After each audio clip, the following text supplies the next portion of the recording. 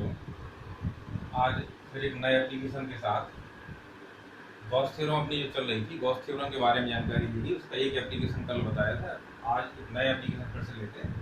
तो application number 2 जो है, मान लिया एक अनंत विस्तार की समतल चादर है जो आवेशित है। अनंत विस्तार की एक समान रूप से आवेशित समतल चादर के कारण उससे स्मॉल r दूरी पर उपस्थित किसी बिंदु पर वैद्युत क्षेत्र की तीव्रता ज्ञात करना, ये अपना आज का एप्लीकेशन है। अनंत विस्तार की समतल चादर जो कि बहुत पतली, इसकी मोटाई लगभग है, इस पर एक समान रूप से Q आवेश दिया गया।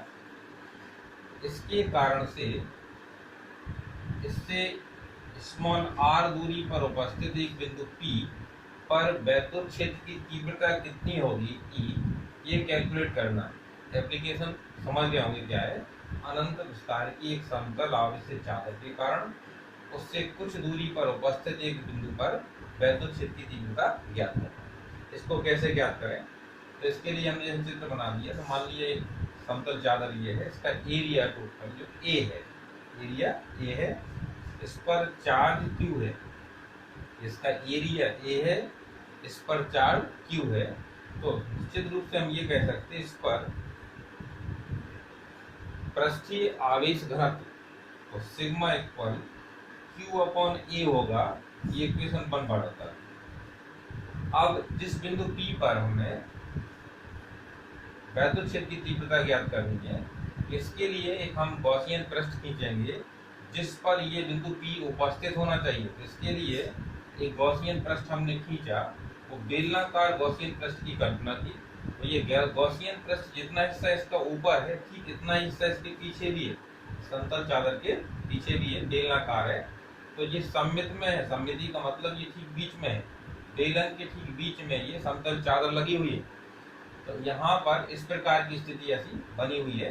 तो यहाँ पर काल्पनिक गॉसियन पृष्ठ जो है वो बेलनाकार है। अब इस पर हम ये देखें, इसके सरफेस जो है, ये बेलनाकार गॉसियन पृष्ठ, इसके सरफेस जो है, एक सरफेस ये वाला है, इसको हम कहें ये A1, ये वाला सरफेस ये A2, एक सरफेस इसका ये राउंडेड पार्ट है, यानी बेलन का जो वक्राकार भाग है ये।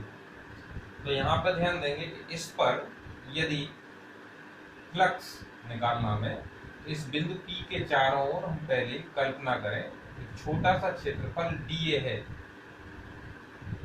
इस P बिंदु के चारों ओर एक छोटा सा क्षेत्रफल dA है। अब इस पर बिंदु P पर इस आवेश के कारण से वैद्युत क्षेत्र की दिशा ठीक लंबवत बाहर की ओर ऐसी हो। कारण क्या है, धनावेश से हमेशा ठीक लंबवत बाहर की ओर ये वैद्युत क्षेत्र की दिशा यहाँ होगी, इसको दर्शा। साथ ही साथ ये क्षेत्रफल जो है dA, इसका क्षेत्रफल वेक्टर यानी dA वेक्टर जो है उसका डायरेक्शन भी यही होगा। यानी इस बिंदु P पर वैद्युत क्षेत्र की दिशा बाहर की तरफ है, इस चादर के लंबवत बाहर की तरफ है, और इस गॉसियन पृष्ठ पर उपस्थित जो क्षेत्रफल है dA, इस पर भी यानी इसकी दिशा भी वैद्युत क्षेत्र की दिशा में ही। इस स्थिति में हम ये कह सकते हैं कि इस क्षेत्रफल से गुजरने वाला flux d∅1 is equal vector E dot vector dA। इसमें E का परिमाण आएगा, dA का परिमाण आएगा, डॉट प्रोडक्ट कर रहे हैं तो ये पहले का परिमाण, दूसरे का परिमाण, और कॉस जो आएगा थीटा की जगह पर 0 हो जाएगा। क्यों? क्योंकि ये दोनों का डायरेक्शन एक ही है, इस वजह से यहाँ 0। तो d∅1 इज इक्वल इतना आ गया, cos 0 हम जानते 1 होगा, तो यहाँ आ जाएगा EdA। तो d∅1 इज इक्वल EdA। अगर हम चाहें कि ये जो पूरा क्षेत्रफल है, इसके कारण से यदि हम ये कहें कि इसमें कुल फ्लक्स कितना होगा, तो यहाँ पर दोनों पक्षों का इंटीग्रेशन करें तो d∅1 इज इक्वल E ये लिख दिया, और यहाँ पर सरफेस इंटीग्रेशन dA लिखते हैं। अब यहाँ पर जब इंटीग्रेशन करेंगे तो ये हो जाएगा ∅1 is equal E surface integration D A, इतना हम लिखने के बाद इसको इक्वेशन नंबर 2 डाल। ठीक, अब देखें यदि कल्पना की जाए इधर से निकलने वाला जो फ्लक्स होगा उसके लिए बात करें तो फ्लक्स की बात की तो यहाँ पर φ2, तो φ2 की वैल्यू जो आएगी वो हो जाएगी ई इंटीग्रेशन डी ए। क्यों? क्योंकि ये वाला क्षेत्रफल और ये वाला क्षेत्रफल दोनों समान, इस कारण से इस गॉसियन प्रश्न से जो फ्लक्स होगा तो ये φ1 और ये φ2 दोनों के मान बराबर, इसको इक्वेशन नंबर 3 डाल देते हैं। और जो राउंडेड एरिया है इसका यानी वक्राकार भाग है उसके कारण से अगर हम φ3 कहें तो φ3 इक्वल यहाँ पर जो आएगा ई डी ए और cos 90 हो जाएगा। तो कैसे समझ सकते हैं, अगर इस वाले एरिया पर यहाँ पर हम क्षेत्रफल ले लें डी ए तो इसकी डायरेक्शन ऐसी होगी, जबकि इस पर वैद्युत क्षेत्र की दिशा इस प्रकार की होगी या थीटा इक्वल 90 होगा, इस वजह से ये वाला cos 90 की वजह से φ3 हो जाएगा जीरो, φ3 इतना होगा। टोटल फ्लक्स अगर हम कहें तो φ इक्वल हो जाएगा φ1 प्लस φ2। अब इसमें φ1 की वैल्यू और φ2 की वैल्यू हम क्रमशः इक्वेशन 2 और 3 से इसमें डाल दें तो φ1 इक्वल आएगा ई, और दोनों इक्वेशन एक जैसे एक साथ लिखे देते 2e और यहाँ सरफेस इंटीग्रेशन डी ए। अब यहाँ पर ये देखें कि क्षेत्रफल जो है संपूर्ण जो क्षेत्रफल होगा अगर इंटीग्रेशन निकालें तो यहाँ डी ए हटाने के बाद ए आ जाएगा, तो यहाँ हो जाएगा φ इक्वल 2EA। इसको इक्वेशन डाल देते हैं हम 4। इस प्रकार से हमने ये टोटल फ्लक्स प्राप्त कर लिए। अब क्योंकि हमें यहाँ पर वैद्युत क्षेत्र की तीव्रता निकालनी है, इस वजह से यहाँ से कंटिन्यू करेंगे यहाँ से हम। तो यहाँ पर जो φ है, φ की वैल्यू गॉस की थ्योरम से हम लोग जानते हैं कि φ इक्वल हो जाएगा Q अपॉन A, φ इक्वल हो जाएगा Q upon epsilon naught, φ equal हो जाएगा Q अपॉन एप्सिलॉन नॉट। ये वाली वैल्यू इसमें इक्वेशन 4 में रखें तो ये आएगा Q upon epsilon not is equal 2EA। अब यहाँ ध्यान देंगे इस इक्वेशन 1 से अगर हम Q की वैल्यू देखें तो ये आएगी सिग्मा A, इसमें पुट करनी है तो यहाँ हो जाएगा sigma A upon epsilon not into 2EA। ए से ये कैंसिल कर दिया। अब इससे निकालें तो E इक्वल हो जाएगा सिग्मा अपॉन 2 एप्सिलॉन नॉट। इस प्रकार से हमने ये फाइनल इक्वेशन 5 प्राप्त कर ली, जो कि इस बिंदु P पर उपस्थित वैद्युत क्षेत्र की तीव्रता में दर्शा रही है, जहां पर ये आवेश का पृष्ठ घनत्व है सिग्मा, तो सिग्मा के पक्ष में है। तो यहाँ पे जो आया मान E equal sigma upon 2 epsilon not, ये एक नया एप्लीकेशन आपके सामने पूरा होगा। अब एक अन्य एप्लीकेशन तीसरा और लेते हैं, आज 2 एप्लीकेशन पढ़ेंगे हम लोग। तीसरे एप्लीकेशन के लिए क्योंकि बहुत ज्यादा पूछा जाता है, एक आवेशित पतला चादर का बना हुआ एक गोला है, एक आवेशित गोला है खोखला गोला। इस पर इसकी त्रिज्या की रेडियस है वो कैपिटल R है। इस पर जो चार्ज दिया गया वो Q दिया गया, इस पर चार्ज है प्लस का Q दिया गया। तो एक समान रूप से ये पूरे के पूरे गोले के पृष्ठ पर फैल गया। इसमें भी आवेश घनत्व जो है सो यहाँ पर सिग्मा इक्वल Q अपॉन ये इसका एरिया जो है सरफेस एरिया वो कैपिटल A लिख दिया, यहाँ पे आएगा Q अपॉन।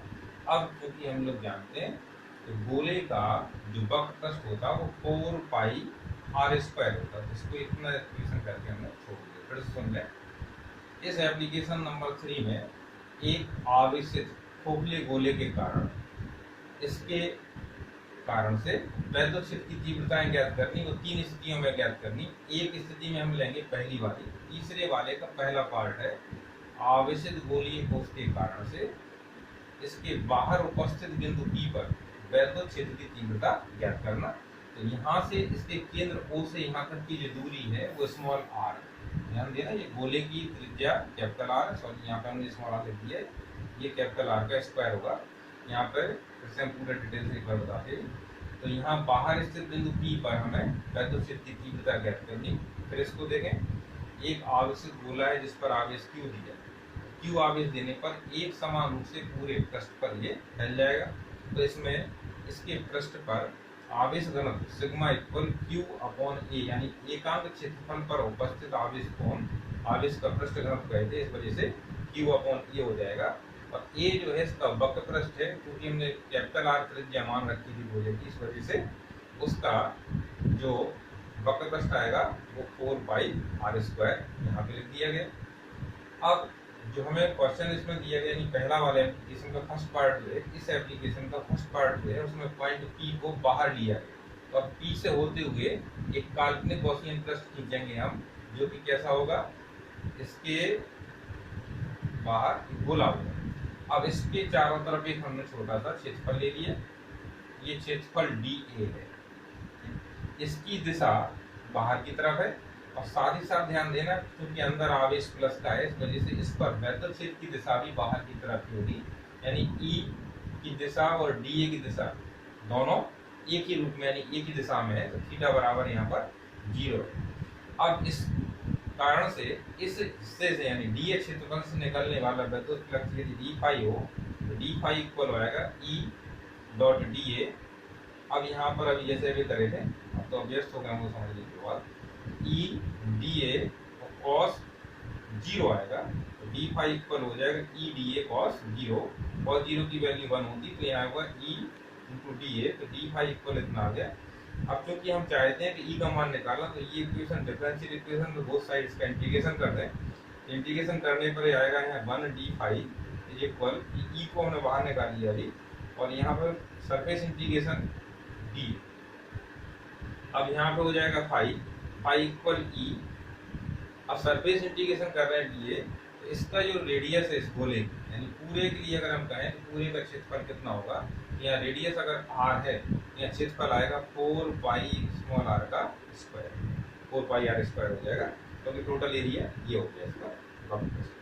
अब क्योंकि हम गॉस थ्योरम के एप्लीकेशन को पढ़ रहे हैं, तो अब इसमें गॉस थ्योरम के एप्लीकेशन के लिए हम पढ़ देंगे, तो यहाँ फाई की वैल्यू लिख सकते हैं हम Q अपॉन एप्सिलॉन नॉट। क्यों? क्योंकि इस गॉसियन पृष्ठ, काल्पनिक गॉसियन पृष्ठ के अंदर जो आवेश उपस्थित है वो टोटल कितना है Q, तो इसमें से निकलने वाला कुल फ्लक्स गॉस की प्रमेय के अनुसार होगा Q अपॉन एप्सिलॉन नॉट, यहाँ लिख दिया Q upon epsilon not E into 4 pi R square. अब इससे हम अगर E की वैल्यू निकालें तो E इक्वल आएगा Q upon epsilon not into 4 pi small r का स्क्वायर। अब यहाँ पर Q की वैल्यूज इक्वेशन 1 से अगर हम निकालें, यहाँ हो जाएगा sigma into 4 pi capital R square, यहाँ लिखे देते हैं सिग्मा इंटू